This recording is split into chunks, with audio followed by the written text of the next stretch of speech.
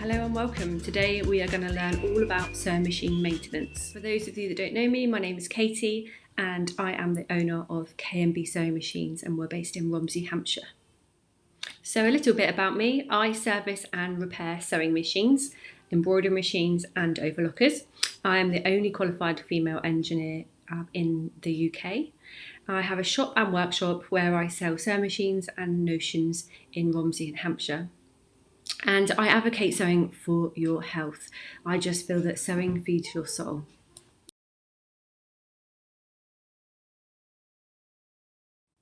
I have a question for you all. Have you ever wanted to just throw your sewing machine out the window? I think that we've all been there before. We're so frustrated with our sewing machines, we just don't know what to do. So during this little masterclass, I'm going to show you how to sort out some of the main frustrations that we all get with our sewing machines. So I want to look at some of the common problems that cause us frustration with our sewing machines. So the biggest one where I see people coming into me with issues with their machine is tension. So tension problems. We're going to look at skip stitches, thread breaking, noisy machines, bunching fabric and nesting thread. And the thread is nesting, so the thread is all tangling up. I just want to have a brief look at the different issues that can cause various problems. Sometimes it can be the smallest thing that causes a massive problem with your sewing machine. So on tension problems, you've got the wrong bobbin. Make sure you're using the right bobbin for your machine. Check your book. Sometimes bobbins can look very similar, but they also can be very, very different and cause big issues with your sewing machine. A poor quality thread, so make sure you're not using a poor quality thread. It is of good quality and you want to look for one that are lint-free. You might have some damage to your needle plate, so do check your needle plate and make sure there's no damage on there. This can cause problems with your tension too. Skip stitches can be caused by the incorrect needle size, so the wrong needle for the fabric that you're using. Different weights of thread used can cause skip stitches. You might have a different weight of thread in the top and the bottom, and also a bent needle. Sometimes you can't see the needle is bent by eye, so if you're unsure, just change it out for a new one. If your thread is breaking, the first thing I do is make sure you're not using an old thread. After 5 years, your thread can break down and it can become brittle. So just make sure that just give it a little tug and make sure that it doesn't break easily. If it is old, you can still use it for hand stitching, but just make sure you don't put it into your sewing machine. If you're not using the correct size spool cap, it can cause your thread to break because it causes a tight tension at the top, and then the thread keeps breaking every time on the trail down to the needle. So just make sure you're using the correct size spool cap if you're using one. Tension, if your tension's too tight, it can cause the thread to break too. If your machine is noisy, make sure that it is well maintained, and hopefully after this video you'll be able to maintain it yourself, and also make sure that it's serviced on a regular basis. Lint and thread can build up, so just make sure you're cleaning it out, and then hopefully once your machine is clean and oiled, it won't be so noisy. If you do have any major problems with noise, then do take it to an engineer to have a look. If your fabric is bunching, it might mean that your feed dogs are not clean, so the fabric is not being pulled through the feed dogs correctly. You might be using the incorrect presser, and also you may be using the wrong size needle. So do check all these things first. If your thread is nesting, and when I mean nesting, it's all sort of bunching up, more than likely it will be underneath your fabric that the thread is nesting. So just check that your tension isn't too tight or too loose. And a good way to check your tension is to do a full width zigzag stitch and have it set on about 2.5 length. And just test that you haven't got any knots on the top or bottom of your fabric. If your tension's too tight or too loose, it will cause a nest underneath. You might not have your thread correctly threaded on your sewing machine, so do make sure that it is correctly threaded. We've all done it, we do it quickly, and then we do miss a part. So it is important to make sure that it is all threaded correctly. And also make sure that you're holding onto the tails of thread, or if you don't have tails of thread at the back of your fabric, when you're starting, make sure that you do have longer tails of thread than normal, and that just stops them getting caught up and bunching underneath. So these are just a few of the things that I would check first. I mean, if you still have problems after you've checked all these things, then I would advise you to take your sewing machine to an engineer. So what if I told you that you could rectify all these problems yourself by doing just one thing? And that one thing is sewing machine maintenance. So I'm going to show you how to look after your sewing machine. This does not replace the service of your sewing machine. When you take it to your local engineer, they will service it and take the covers off and get all of those little parts that you can't get to. And this is just what you need to do at home every couple of months in between servicing. So let's do this.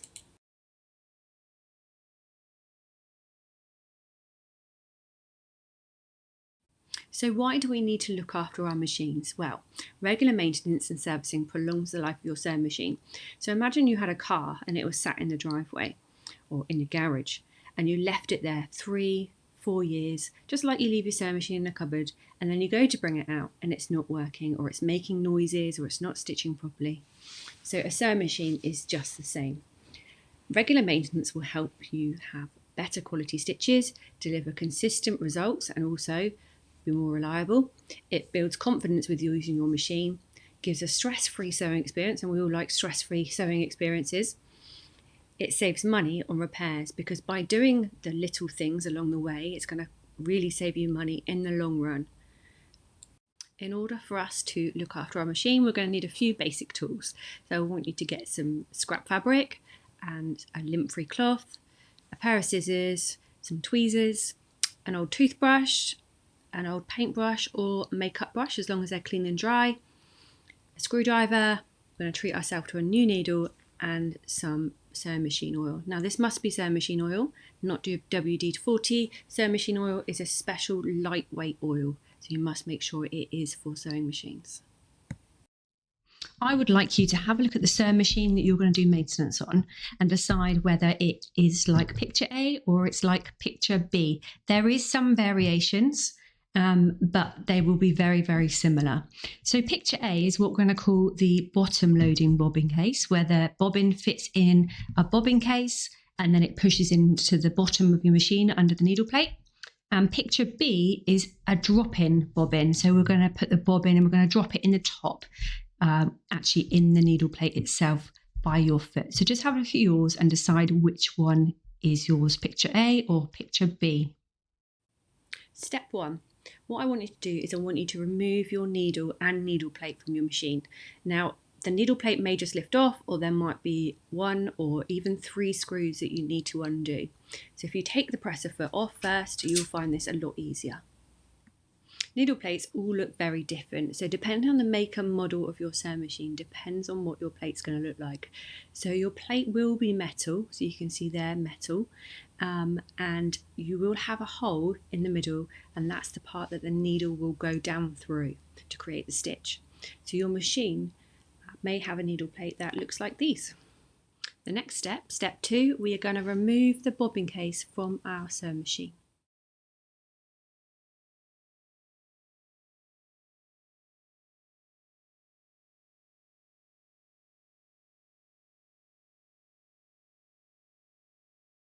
What I want you to do now is clean your bobbin case with an old toothbrush to remove any dust or lint. And also you want to be looking out for tiny bits of thread that might have snapped up and broken in your bobbin tensioner.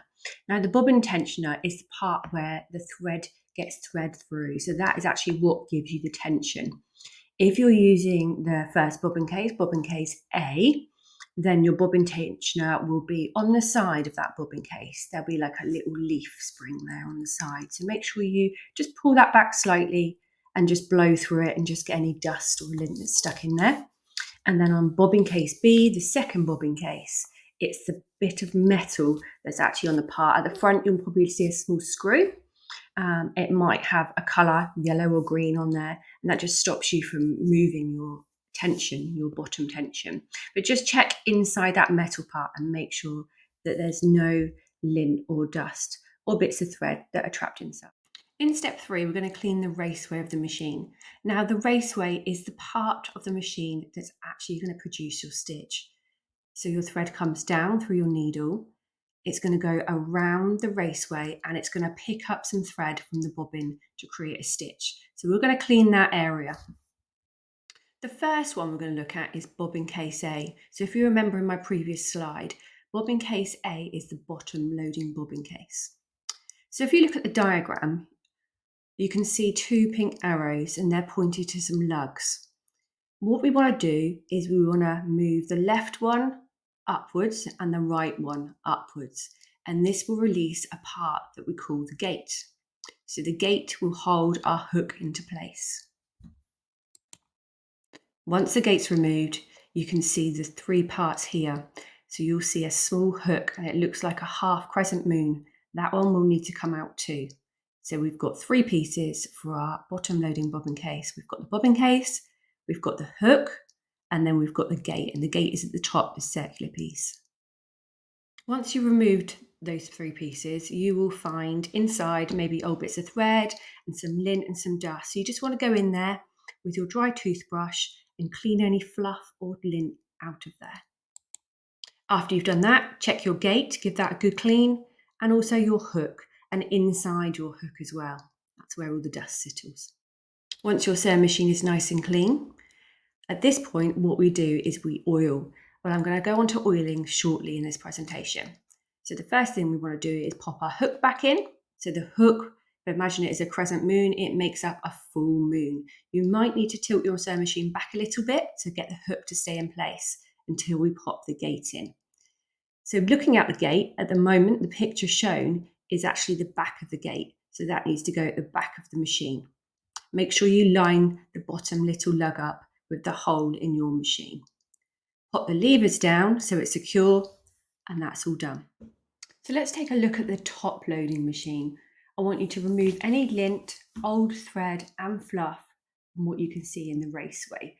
So you want to pay special attention actually in the raceway itself, so the part where the bobbin case fits in, and also your feed dogs there. That's the part that actually feeds the fabric through, that comes up through your needle plate. So remove any fluff and lint and dust from there too. Once your sewing machine's nice and clean, I just want you to take note of the oiling felt pad that is in the centre of your hook. You'll see it there on the arrow. And also your bobbin case tensioner. Now, what the bobbin case tensioner does is it stops your bobbin case turning all the way around. So if you look at your bobbin case, the way that you're looking at it now is the way that it actually fits in the machine. So you can see at the bottom right-hand corner, there's actually a little triangle piece on the plastic bobbin case. Well, that butts up against the tensioner, and what it does is it stops it spinning all the way around. So just make sure you place that back in correctly. I'd like to talk to you about oiling, so oiling your sewing machine. A lot of people have come to me and said their manufacturer's guidelines have stated they should not oil their machines. The reason for this is because you could put oil in places that are going to damage electronic or electric parts inside your machine. So with these instructions, I'm only going to tell you the places that will not affect any electronic parts in your sewing machine, and that's for any make and model of machine.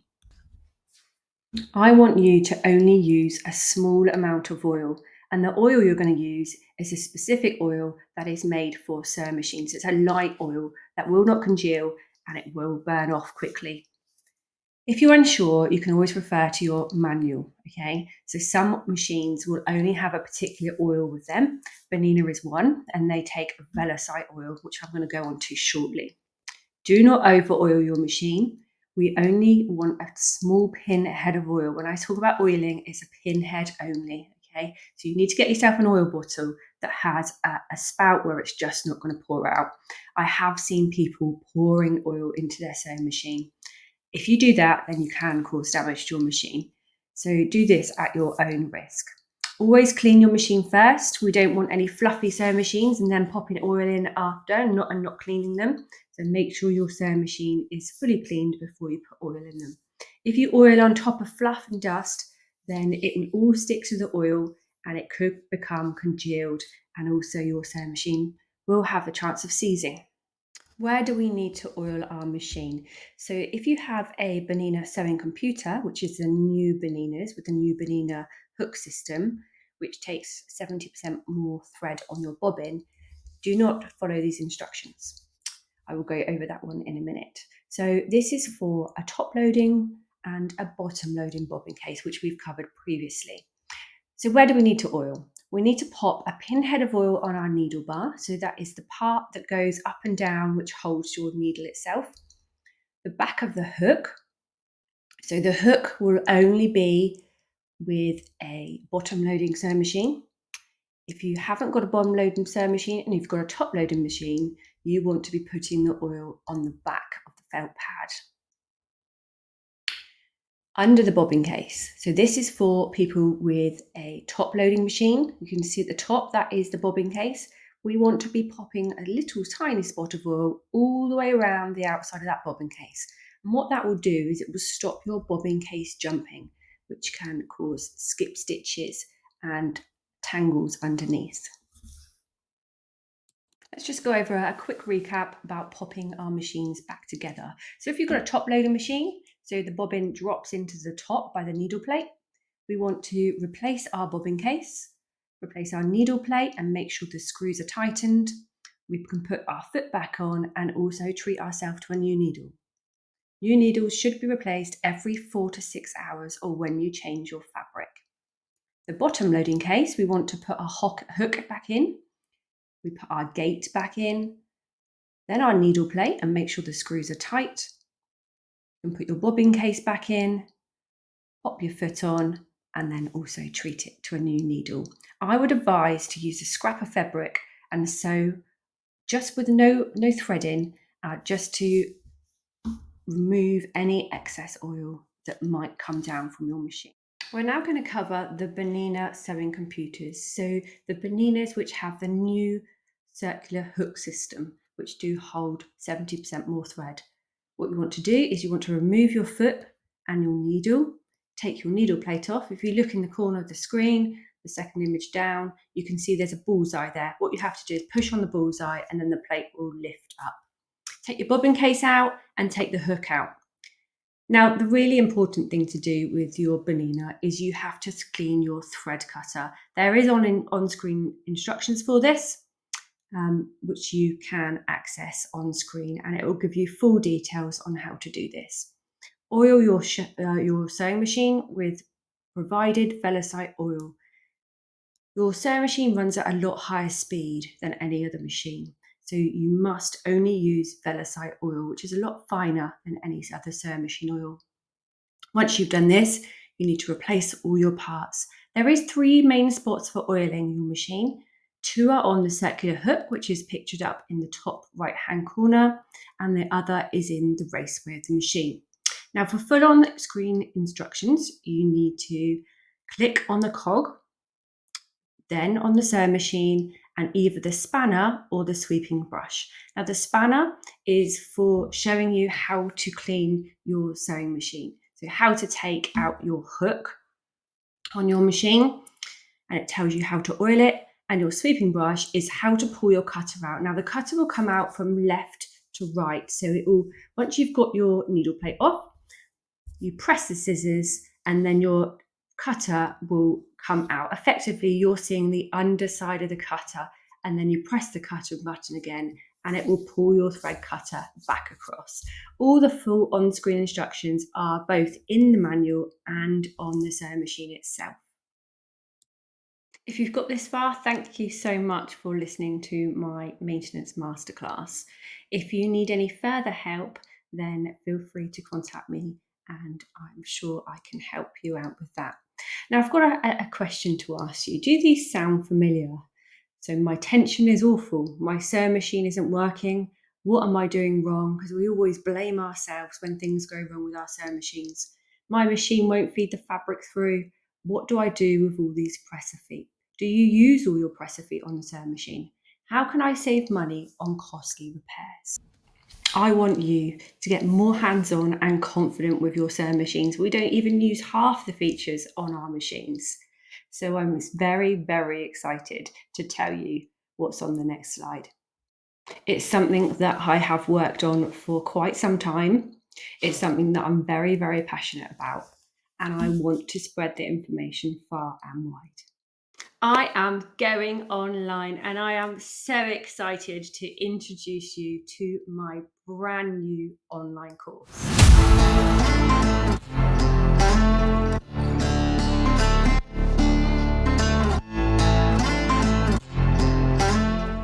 The Ultimate Sewing Machine Mastery Programme is a 6-week online course which will give you the confidence to use your sewing machine to its full potential and help you know what to do when things go wrong. It will save you time and money to do what you really love, being creative. With my knowledge and support and your determination, together we will master your sewing machine and rid any of those frustrations. This course is a first of its kind and there are no other courses like this available on the market. No nonsense, straight to the point training with instructional videos and written step-by-step content. You won't be alone because you'll receive full support from me throughout the course. Each week you'll receive a different module and we'll work together to complete these over the 6-week period. Let's have a look at how it's all going to work. There'll be a live Q&A every week where you'll get help and support on the module that we're working on, and that is from me. You'll receive inside secrets, hints, tips, knowledge and training from an expert who wants to share it with you so you can get sewing with confidence. You'll have full access to the online portal with instructional videos and printable content with lifetime access. You can join the other members of the course community in our members group to share ideas, solve problems and chat all about sewing. So you're with like-minded people. So here are just some of the topics that we will be covering over the 6-week period. So we'll be looking at presser feet, what presser foot to use for what project, looking at setting your tension yourself so you don't have to take it into someone like me to do it for you, fixing minor faults, the stitch width and the stitch length. I mean, we've all been there. A lot of us are self-taught. So it would be nice to actually get hands-on with our machines and just feel confident to use them to its full potential. All modules and live Q&As are recorded so you can do the course from anywhere in the world at a time that suits you. I would recommend doing the Q&As in real time to get the most from the course. However, you do have lifetime access to the content. We want you to get the best experience and get the most out of this course. Therefore, there are limited places, so do not delay in booking if you'd like to join us. Let's have a look at the investment. It's a 6-week course. And this is our first one that we are running. So this will be an introductory offer price for you. The price covers the course modules, weekly live calls, a community group, and lifetime access for you. But if you feel you want a little bit more, why not join our VIP package? It's £310, an introductory price. It covers the course modules, weekly live calls, community group, lifetime access. Plus, you will get a 1-to-1 live lesson with me with your sewing machine.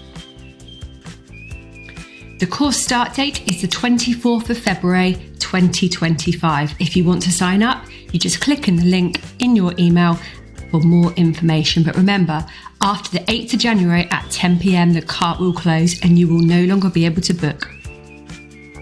If you have any questions, you can contact me via Facebook, KMB Sewing Machines. We have our own Facebook group, which is the KMB Sewing Group. Catch up with me on Instagram at KB Sewing Machines or send us an email, inquiries@kbsewingmachines.co.uk.